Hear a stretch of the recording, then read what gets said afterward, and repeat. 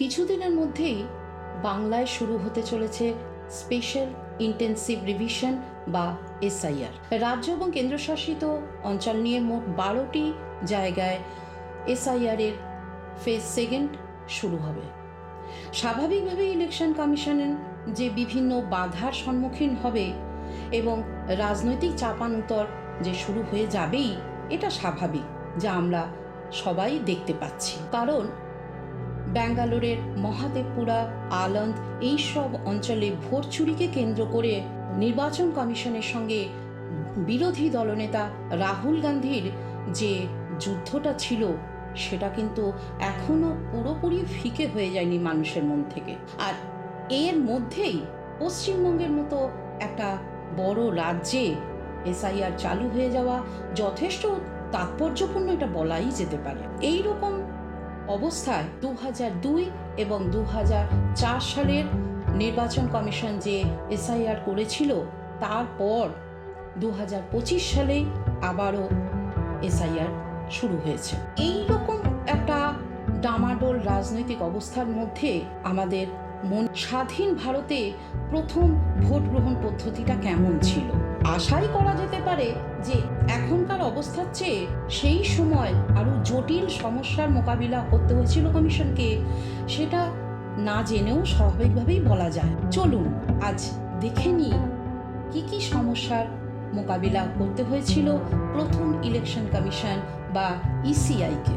1950 সালের 25শে জানুয়ারি ভারতীয় ন্যায় সংহিতার আর্টিকেল 324 অনুযায়ী প্রতিষ্ঠিত হয় ইলেকশন কমিশন অফ ইন্ডিয়া। সেই সময় 1950 সালের মার্চ মাসের দিকে প্রধানমন্ত্রী নেহেরু চিফ ইলেকটোরাল অফিসারের দায়িত্ব দেন প্রাক্তন সিভিল সার্ভেন্ট সুকুমার সেনের হাতে। Representation of people's act of 1951 অনুযায়ী যেমন আইনি পরিকাঠামো সম্পূর্ণভাবে তৈরি করতে হয়েছিল তাকে, তেমনি ভোট গ্রহণ পরিকাঠামো তাকে সম্পূর্ণরূপে নিজের হাতে তৈরি করতে হয়েছিল। সেই সময়কার প্রায় 176 মিলিয়ন জনসংখ্যার মধ্যে বেশিরভাগ নিরক্ষর হওয়া সত্ত্বেও সুকুমার সেন নিজের কৃতিত্বে প্রথম গণতন্ত্র প্রতিষ্ঠা করার জন্য ভোট গ্রহণ পদ্ধতি চালু করেছিলেন। তো প্রথম ইলেকশন কমিশন বা ইসিআইকে কি কি সমস্যার সম্মুখীন হতে হয়েছিল আমরা দেখতে থাকি এবার। সেই সময় ইলেকশন কমিশনের সামনে সবচেয়ে বড় এবং চ্যালেঞ্জিং সমস্যা হয়ে দাঁড়িয়েছিল ভারতীয় জনগণের নিরক্ষরতা। কারণ সদ্য স্বাধীন হওয়া ভারতের জনসংখ্যার অধিকাংশ অর্থাৎ প্রায় 85% মানুষ ছিলেন নিরক্ষর। এইরকম পরিস্থিতিতে তারা কোন রাজনৈতিক দলের হয়ে ভোট দেবেন সেটা পড়ার তাদের ক্ষমতা ছিল না। সেই কারণে কমিশন বিভিন্ন রাজনৈতিক দলের বিভিন্ন প্রতীক চিহ্ন ব্যবহারের ব্যবস্থা চালু করেছিলেন। যেমন ধরুন কংগ্রেসের হাত চিহ্ন, যা কংগ্রেস পার্টি আজও অবধি ব্যবহার করে আসছে। এই প্রতীক চিহ্ন ব্যবহারের ফলে কমিশনের পক্ষে ভোট নেওয়াটা অনেকটাই সুবিধাজনক হয়ে উঠেছে। আর সেই সঙ্গে যদি আমরা ব্যালট বক্সের দিকে তাকাই, তাহলে প্রতিটি প্রার্থীর জন্য এক একটা ব্যালট বক্সের ব্যবস্থা ছিল, যার ফলে ভোট গ্রহণ পদ্ধতিটা অনেকটাই সহজ হয়ে উঠেছে। অপরদিকে আমরা চলুন দেখি ভারতবর্ষ যেমন জনসংখ্যার দিকেও বৃহত্তর, তেমনি ভৌগোলিক ভাবেও চিত্রপূর্ণ দেশ। ভারতের মতো এত বড় দেশের অঞ্চলে বসবাসকারী মানুষের কাছ থেকে ভোট নেওয়ার জন্য কমিশনকে প্রায় 2,24,000 পোলিং বুথের যেমন ব্যবস্থা করতে হয়েছিল, তেমনি 56,000 প্রিসাইডিং অফিসার সহ 2,80,000 পোলিং স্টাফও নিযুক্ত করতে হয়েছিল এবং সেই সঙ্গে আরও প্রায় 2 মিলিয়ন স্টিলের বক্স তৈরি করতে হয়েছিল, যেটা ব্যালট বক্স হিসাবে ব্যবহার করা হয়েছিল। এই সমস্ত সমস্যার কমিশনকেই নিতে হয়েছিল, যেটা যথেষ্ট ঝামেলাদায়ক, সেটা বোঝাই যাচ্ছে। আবার অন্যদিকে যদি আমরা ভৌগোলিক পরিস্থিতির চিন্তা করি, ভারতে যেমন একদিকে রাজস্থানের মরুভূমিও রয়েছে, অপরদিকে কাশ্মীরের পাহাড়ি অঞ্চল, হিমাচল প্রদেশ, যে সমস্ত অঞ্চলে প্রতিটি মুহূর্তে বিপদের সম্মুখীন হতে হয়, এই সমস্ত বিপদসংকুল জায়গাতেও পোলিং স্টাফদেরকে যেতে হয়েছে। এই কারণে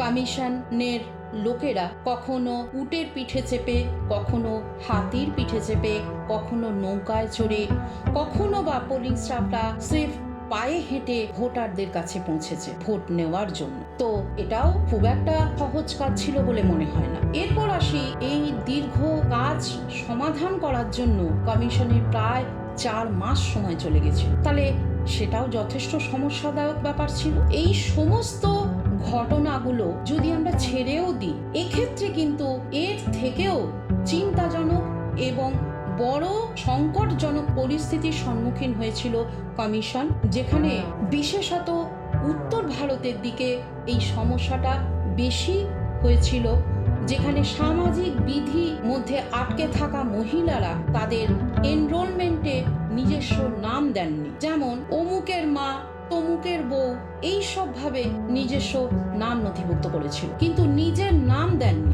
এই সমস্যায় যখন জর্জরিত হয়ে যান, তখন সুকুমার সেন সিদ্ধান্ত নেন এবং সেটা প্রচারও করেন, নিজস্ব নাম দিয়ে যদি নথিভুক্ত না করান তাহলে কিন্তু তাকে প্রকৃত ভোটার হিসাবে গণ্য করা হবে না। এই সিদ্ধান্ত অনুযায়ী সেই সময় প্রায় 20,80,000 মহিলা ভোটার বাদ চলে যান, যেটা সেই সময় যথেষ্ট চর্চিত হলেও বর্তমানে স্বকীয় গণতান্ত্রিক পরিচিতির জন্য যথেষ্ট ফলপ্রসূ নিয়ম ছিল। দীর্ঘ 4 মাস বিভিন্ন সমস্যা সমাধান করার পর ইলেকশন কমিশনের কাজের প্রথম ফল প্রকাশ পেয়েছিল 21শে এপ্রিল 1952।